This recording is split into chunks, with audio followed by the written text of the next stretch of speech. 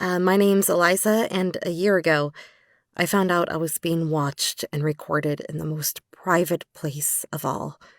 It got so horrible, the police had to be involved. You see, I've always been a shy person. Out of college, I never thought I would get a job at a marketing agency. So when I got the position I had always wanted, I was ecstatic. I thought it would be an incredible opportunity. But in reality, it was horrible. My superior, Alex, made it obvious he hated me from the get-go. Whenever I made a mistake, he was sure to point it out to everyone. I started to be too anxious to go to work. I knew Alex was going to call me out for some little error I had made. One day, I handed him the wrong file and he told me to stick to being pretty. I heard giggles around the office. I rushed out of the room and locked myself in the bathroom.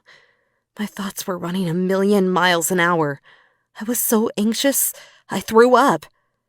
Just when I thought my life couldn't get any worse, I noticed something. A red, blinking light in the toilet. A super tiny camera. I felt my body shivering at the thought of someone watching me. I had to tell someone. I pulled aside Leah and Mathew, 2 coworkers who had been nice to me so far. When I explained what I had found, they both turned ghost white. But then Mathew grabbed my wrist. He told me I couldn't tell anyone because if the company got sued, all of us would be out of jobs. Leah agreed. I realized they were right. If the company got sued, I'd lose my job. If I lost my job, I couldn't pay rent. I'd be homeless. For the next few weeks, going to the restroom put me on edge. I always checked for cameras, and none had shown up. It seemed like everything was calm, but that's when Leah pulled me aside. She told me what she was going to show me wasn't good, but it was something I needed to know. It was a video of me, of my face and body in the restroom. I watched the views as they went up, 1,000, 2,000, 3,000. I felt tears running down my face. My naked body was on the internet, forever. After work, Mathew and Leah helped me find the cameras. This time, they were even tinier, and there were 4 of them. Mathew promised me he'll find the sicko that did this.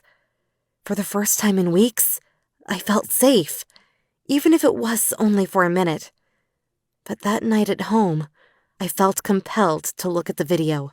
I convinced myself it wouldn't be there anymore. But when I opened the video, it had 500,000 views. At that moment, my desire to keep my job melted away. I wanted someone to go to jail. I wanted to feel safe at work, safe in the world. So, I stormed to the office at 3 a.m. I knew everyone kept their laptops at work. The video had been uploaded during work hours, so they had to have done it there. I found myself at Alex's desk first. Only a few seconds in, I found the folder, Little Cam 1. It was him. It was Alex! I took a deep breath and clicked, but that's when I heard a bang from downstairs. I ducked under the desk. My heart was pounding. Was it a janitor? Was it the police? A shadowy figure climbed up over the stairs. They turned directly into the bathroom. It was him. It had to be Alex. This was my chance.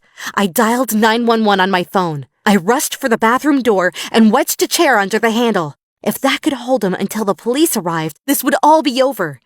Except it wasn't holding him. Door started to thud against the chair.